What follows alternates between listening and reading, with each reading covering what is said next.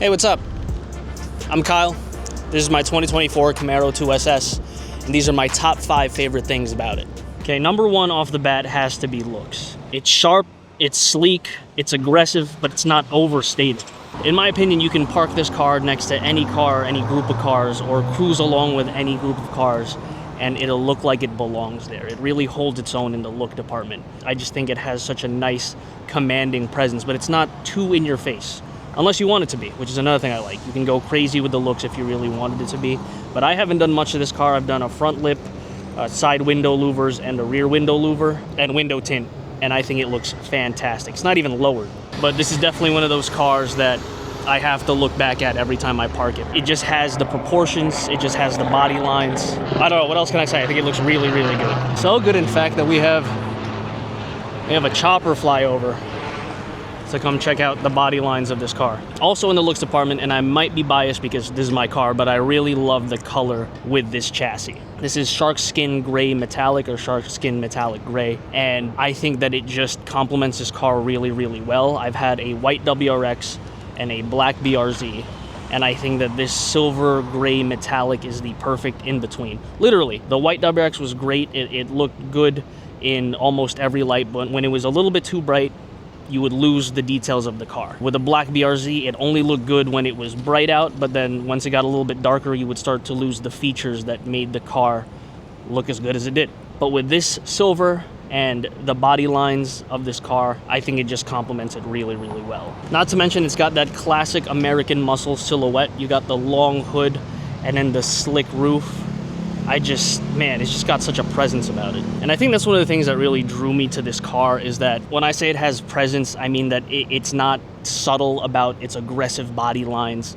It's not subtle about what it is. It is a American muscle sports car. And I think that a lot of cars are losing that aggression that really made them great in the first place. And I think that this holds on to that and exemplifies that really, really well. Honestly, in the year and a half that I've owned this car, I don't think I've seen it from an angle that I didn't like.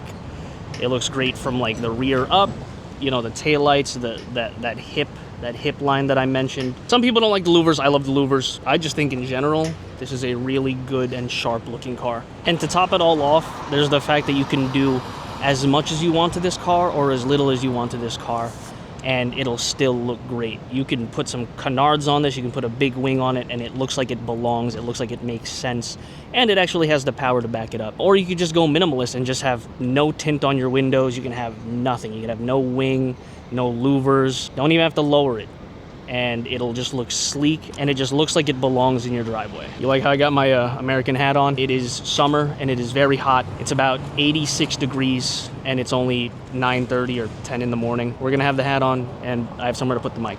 Anyway, number 2 on this list is the sound. This car sounds really, really good. This car sounds great when you're just sitting there revving it. And I think it sounds even better when you're driving it.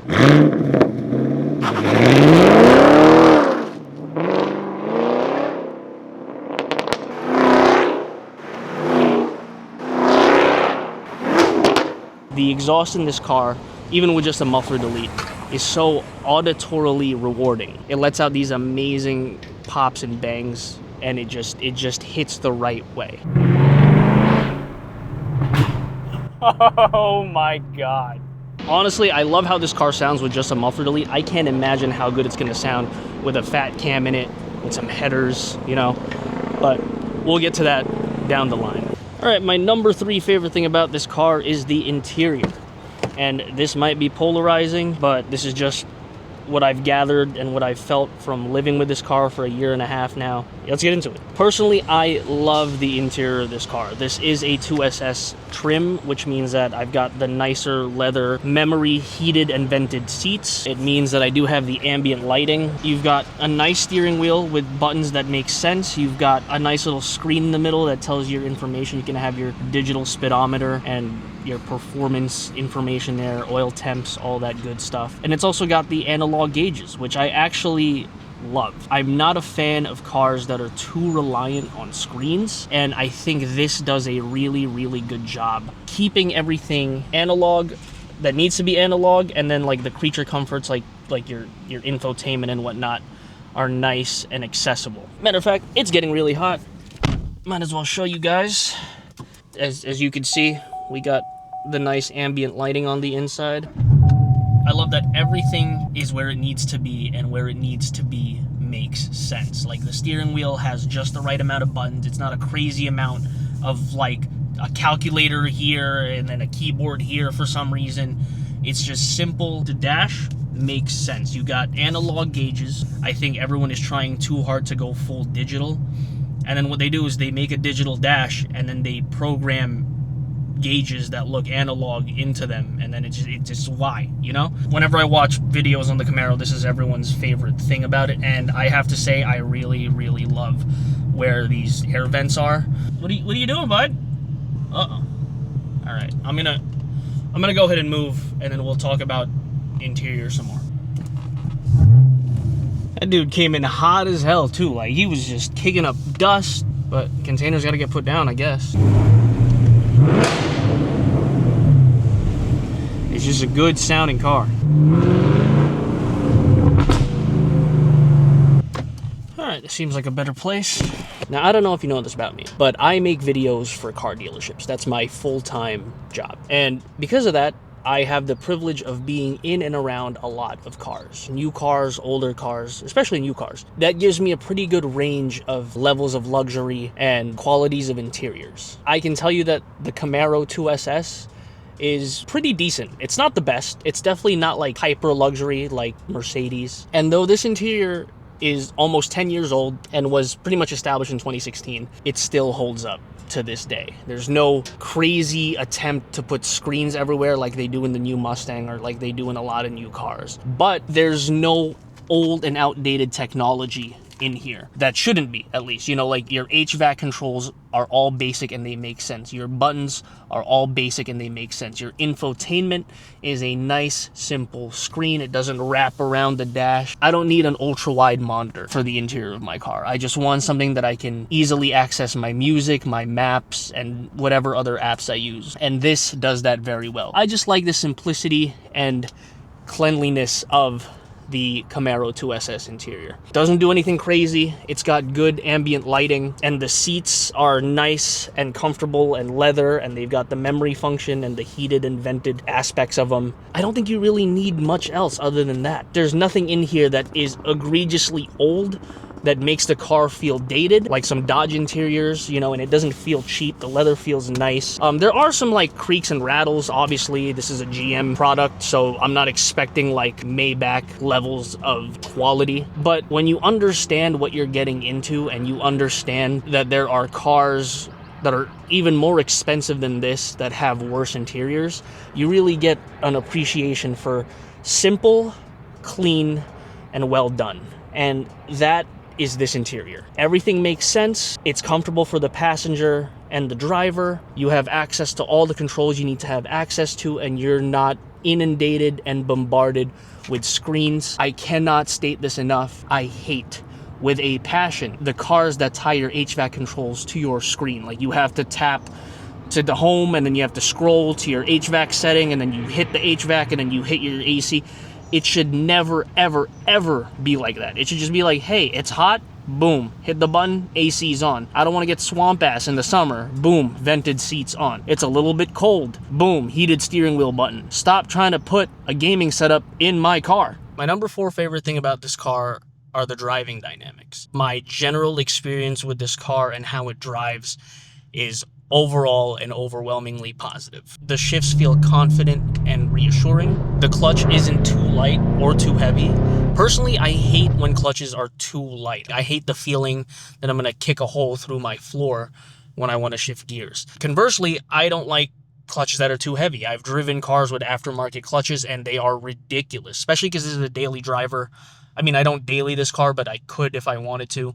And I'm stuck in a lot of traffic. Some people ask me, Kyle, what do you do for a living? You a mechanic? You know, you a sex symbol? No, I just sit on the BQE! I've been stuck in some pretty horrendous traffic, going from New Jersey back to Queens out to Long Island, uphill, downhill, you name it. And the clutch has never once bothered me. The steering of this car also feels incredible, especially across the different modes that you have. You know, you have your track, your sport, all that stuff, paired with a Magnaride suspension, and I think it feels great. And obviously my basis of comparison is the WRX and the BRZ, but this, whenever you change driving modes and you feel the heaviness of the steering change and you feel the suspension change, it's not only confidence inspiring, but it's also cool as hell. So overall, the shifting feels great, the transmission feels great, the clutch feels great. The fact that you have the dynamic driving modes and they actually make a difference in the suspension, in the steering, I think all of that is great. And everything put together makes this car awesome and fun to drive. Or if you just want to cruise, you can set it on the lightest steering setting and you could just chill. And I love that about it. Okay, before I give you guys number 5 of my top 5 favorite things about my Camaro, I did ask my fiance what her favorite part about my financial mistake was. And she said simply, and I quote, "I love the way she looks and the seats. LOL." My fiance is not a car person. She enjoys cars, but she's not like passionate about cars the way I am, the way we are. But she loves the way the car looks and she's comfortable being in the car. We've gone on some good road trips together.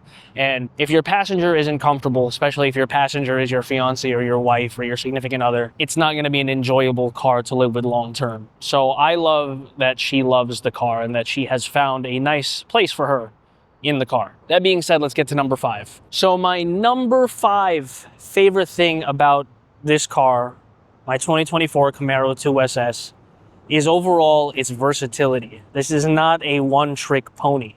This is not just a fast car. I mean, you might think it's fast, you might think it's slow, whatever. This is not just a fast muscle car. This is not just a quick little sports car. This thing can cover a wide range of uses and needs. It's got enough room to carry cargo and groceries. It's comfortable enough to carry myself and my fiance on a nice cruise or a long road trip, and it's plenty fast enough to get into some trouble. And also, as I said in my 1-year review, this thing is so dynamic and versatile in that it's got the potential to make it as crazy as you want. But at the same time, without even doing anything to it, it's great as it is. I can use this car for comfortable cruising, as I've been using for most of this summer. But if I want to take it out to the mountain and do some mountain road carving, I can do that very confidently and very comfortably. And also, I'm no longer getting bullied by minivans like I was in the BRZ. So I would say my number 5 favorite thing about this car is that it can do a lot. For its price point, for what it is, for the big V8 under the hood, it's comfortable, it looks good, and it's hard to find fault in it. And even if you do, it's very nitpicky. Like, yeah, the visibility is bad, but who needs to see? All right? You're in a Camaro. Number 5 is versatility. If you agree or disagree, leave it in the comments. If you have any other things that you love about this car, leave it in the comments. Please subscribe. Got a couple more videos happening for this car. I've been a little bit busy. I do have 3 jobs, but we'll do a little life update and car update in the near future. Thank you for watching. This has been my top 5 favorite things about my 2024 Camaro 2SS. Peace.